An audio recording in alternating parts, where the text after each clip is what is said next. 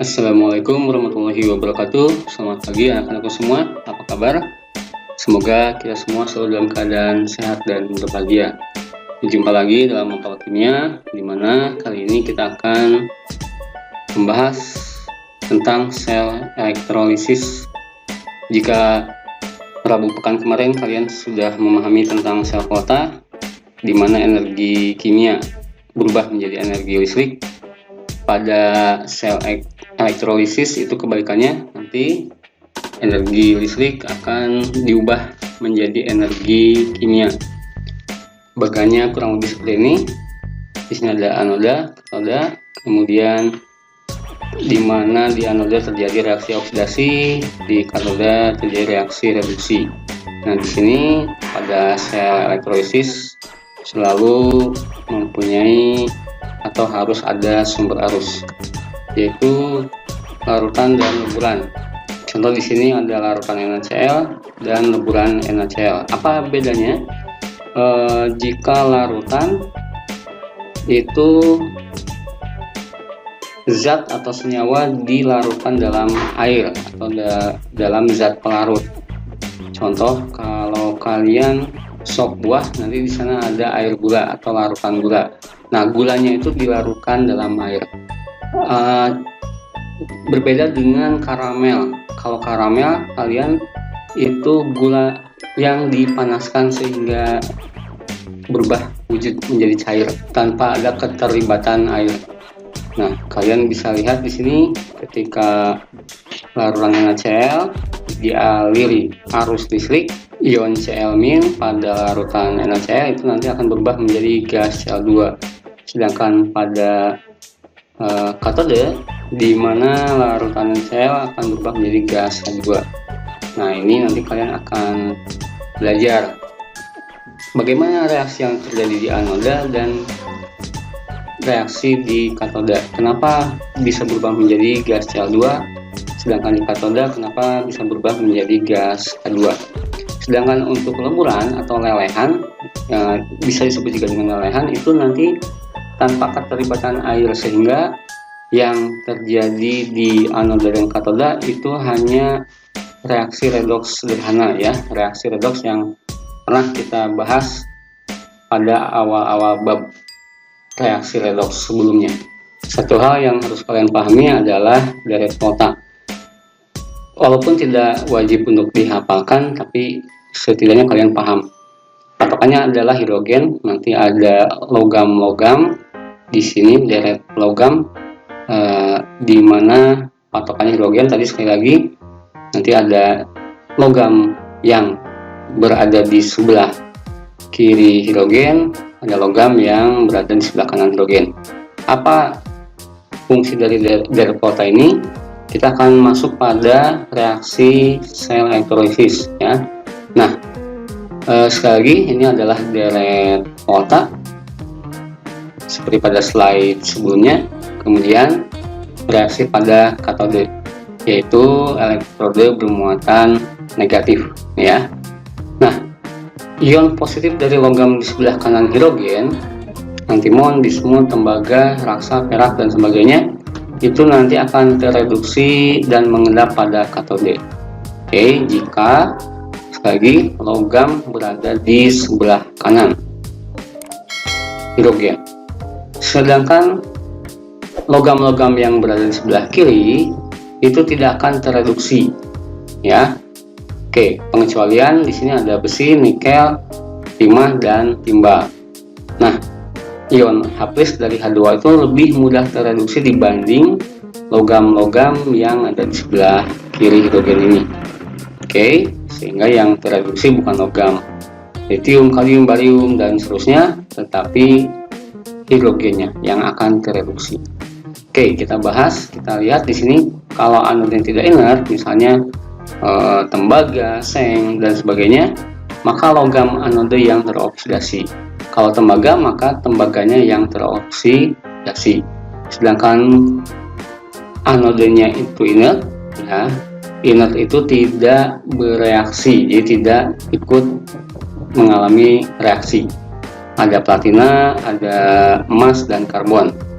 Maka ion negatif tidak mengandung oksigen itu yang akan teroksidasi. Sedangkan jika ion negatif mengandung oksigen seperti sulfat, nitrat, fosfat dan sebagainya itu tidak akan teroksidasi, tetapi ion oksigennya yang mengalami reaksi redoksnya yaitu hidrogennya.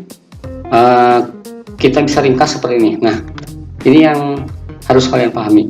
Jadi ada dua ya reaksi di katode. Katode itu logam ya, logam yang ada di sel elektrolisis bermuatan positif, sedangkan anode itu nanti bermuatan negatif. Nah, ada dua. Kita lihat di katode. Nanti dibagi dua, ini tergantung dari kationnya. Kation itu adalah ion bermuatan positif. Contoh tadi NaCl, maka kationnya adalah Na+. Ada MgSO4, maka kationnya adalah Mg2+. Nah, kita lihat di sini kationnya. Kalau kationnya logam aktif yang berada di golongan 1A, 2A, aluminium dan mangan, itu yang tereduksinya adalah air. Kita lihat di sini H2O ditambah 2 elektron menjadi H2 dan 2O-. Sedangkan kationnya logam lain itu nanti kation yang tereduksi ya. Sedangkan kalau misalnya Mg2+, nah maka Mg2+-nya yang nanti tereduksi, bukan air. Oke, bisa dipahami ya. Bagaimana di anode? Anode itu nanti dilihat dulu apakah anodenya inert atau bukan. Oke, ada dua, hati-hati. Kalau di katode tadi langsung lihat kationnya, ion bermuatan positifnya. Sedangkan di anode itu lihat dulu anodenya apa. Kalau inert, platina, emas, dan karbon, baru langsung lihat anion.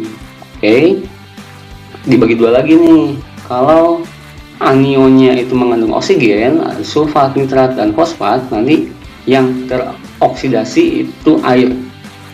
Beda ya. Kalau di katode itu mengalami reaksi reduksi, sedangkan di anode nanti mengalami reaksi oksidasi. Nah, air. Sedangkan kalau tidak mengandung oksigen ya atau anion lainnya atau OH-, nanti yang teroksidasi adalah anionnya. Contoh tadi NaCl. Nah, anionnya kan Cl-. Oke. Nah, tidak mengandung oksigen sehingga yang teroksidasinya Cl-. 2 Cl- menjadi Cl2 tambah 2 elektron. Kalau OH-, contohlah NaOH atau MgOH2, maka yang teroksidasinya OH-nya. Kalau bukan inert, anode yang teroksidasinya. Oke, jadi kalau inert itu anionnya, kalau bukan inert itu nanti anodenya.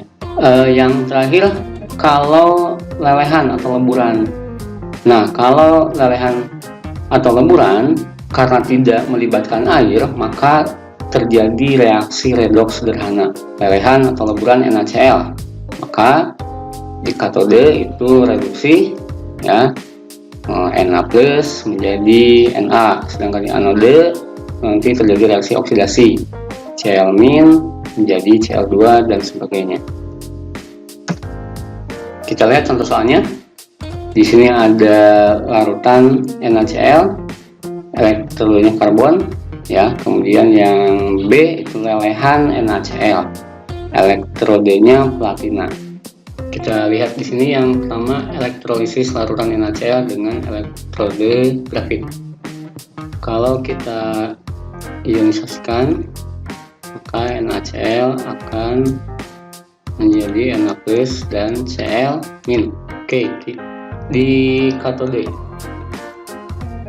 masih ingat ya, ini tergantung pada kationnya. Di sini pada soal ini kationnya adalah Na. Bagaimana dengan NaCl? Dia termasuk logam yang aktif atau sukar direduksi, sehingga yang mengalami reduksinya bukan Na tetapi air, 2H2O. Ini liquid ya, 2 elektron menjadi 2 OH- dan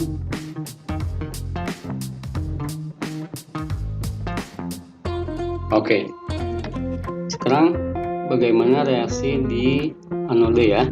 seperti yang sudah kalian pelajari, untuk di anode itu bergantung kepada jenis anode dan anion. Nah, di soal ini grafit logam inert ya, grafit itu C, karbon itu sama saja.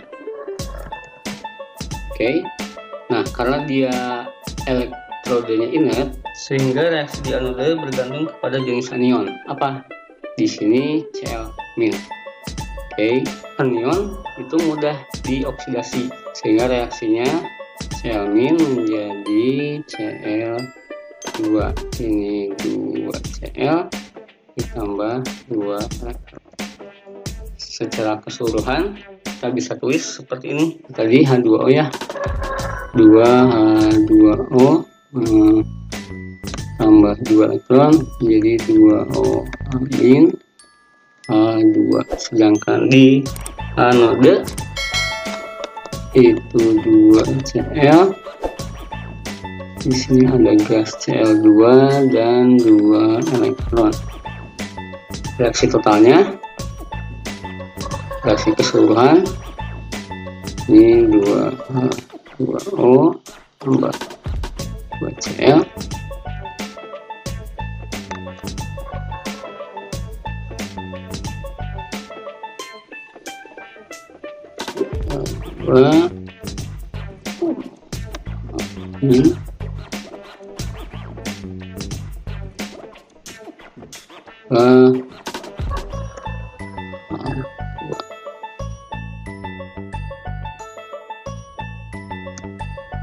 Untuk yang B itu lelehan NaCl, elektrodenya platina.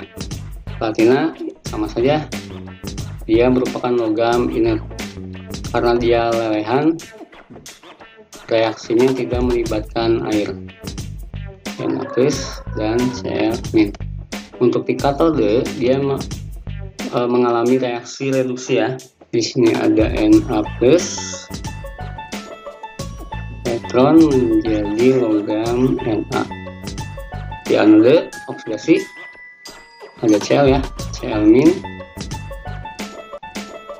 Cl2. Untuk gas 2 ditambah dengan 2 elektron. Reaksi keseluruhannya Na+, ini 1, ini 2, sehingga kita kali silang ya, kali 2 dikali 1. Oke, 2 Na+, 2 Cl-, Cl-, Na, dan gas klorida.